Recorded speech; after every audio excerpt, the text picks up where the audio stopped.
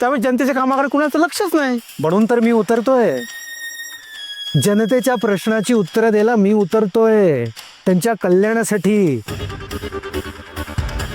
हे बघा हनुमंतराव, आपली बाजू सत्याची आहे. मी सत्कर्मांनी इलेक्शन लढणार आणि जिंकणार म्हणून बिथरलेत सगळे. त्या हल्लेखोराला पोलिसांनी पकडलं असं ऐकलं. हो, म्हणजे पकडलंय. बघू आता पुढे काय होतं. सरकार, तुम्ही काहीच काळजी करू नका. अहो, देव तुमच्या पाठीशी आहे आणि आमच्या शुभेच्छा देखील. तुम्हाला काय बी होणार नाही बघा. अहो हनुमंतराव, देव माझ्या पाठीशी आहे की नाही मला माहीत नाही, पण हा मुलगा, माझा अंगरक्षक, माझा बॉडीगार्ड सदैव माझ्या पाठीशी आहेत. मला काळजी करण्याचं काही कारण नाही. चला येतो, सपोर्ट करा. गुलाल आपला सोडणार. चला.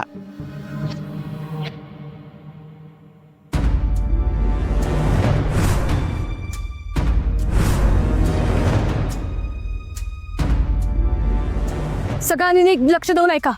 तुम्ही आमच्या कंपनीत काम करणारे नोकरदार वर्ग आहात. घरात ऑफिस केलंय म्हणून घरभर फिरण्याची गरज नाहीये. दिलेल्या वेळेत काम करायला यायचं, काम करायचं आणि निघून जायचं.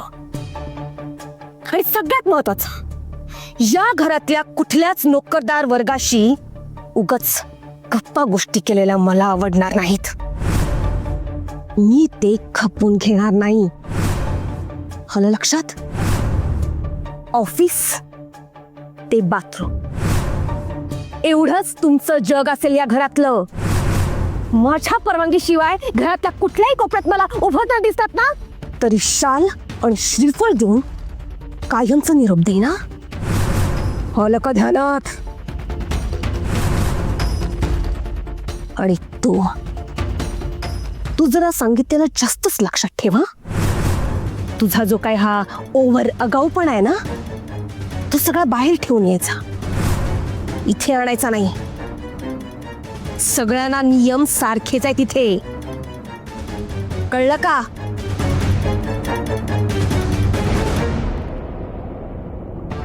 फाईल घे ही, वाचून घे नीट.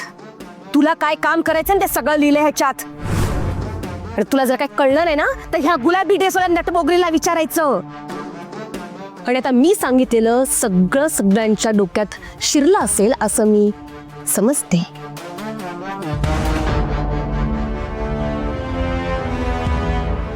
हा तुझा डेस्क आहे. थँक्यू.